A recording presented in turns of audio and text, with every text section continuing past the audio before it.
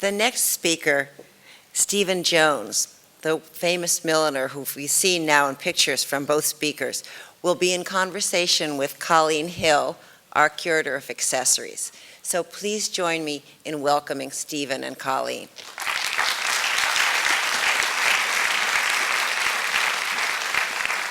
When I started speaking to Stephen about this talk, I asked him not just to talk about his work with Suzanne, which of course is really fascinating, but really go all the way back in time to the beginning of his career. Basically, when I left college,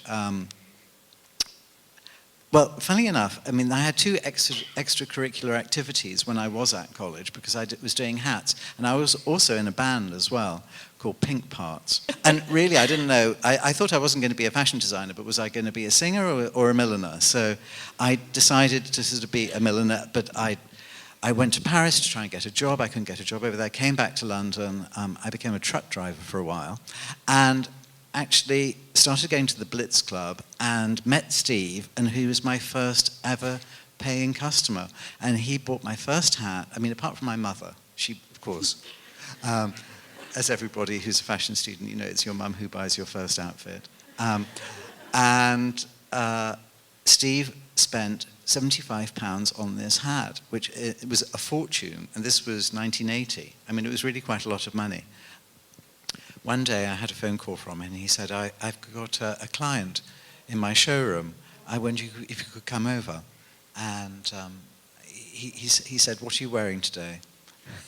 Obviously terrified I was going to be wearing the little Lord Fauntleroy outfit. I went into the fitting room, and this person turned round, and it was the Princess of Wales. And at that time, she was, without question, the most famous person in the world. And she was our future queen. So I was absolutely amazed, but she put me completely at ease. And I made quite a few hats for her. Often enough, not hats which were seen publicly, though hats for her private usage, you know, on Balmoral. And of course, she was an especially fashionable royal. So what did this do for your career? This was still quite early on. At the time, I didn't really realize. You know, I thought, ooh, great, fantastic. Around this time, I just started to work in Paris too.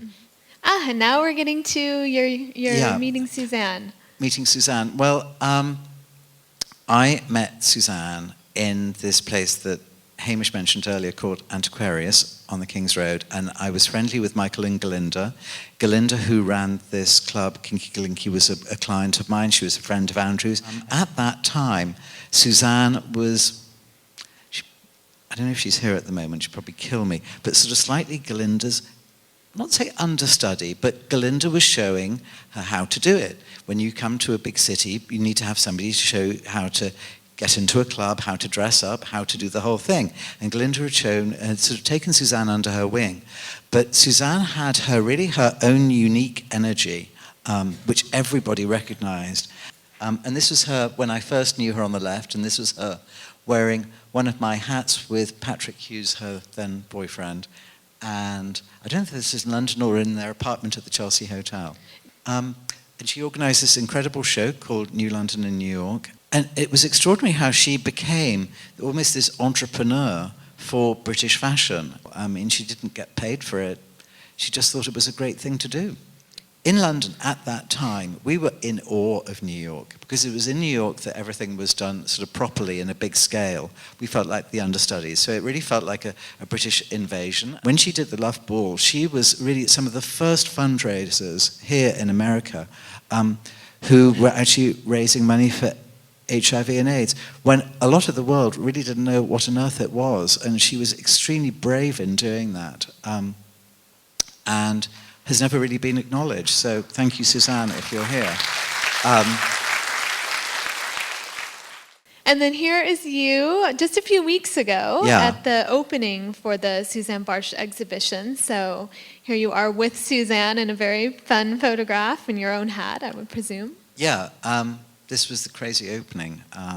And it's great to be here with Suzanne. You know, I said to Hamish just before the talk, whoever imagined we would be here doing this now? Yeah, it's really... Are you going to model it? I would love to model it. Hang on. I've seen Stephen put hats on audience members and others before, and it's a really fun experience. So I'm going to selfishly take it this time.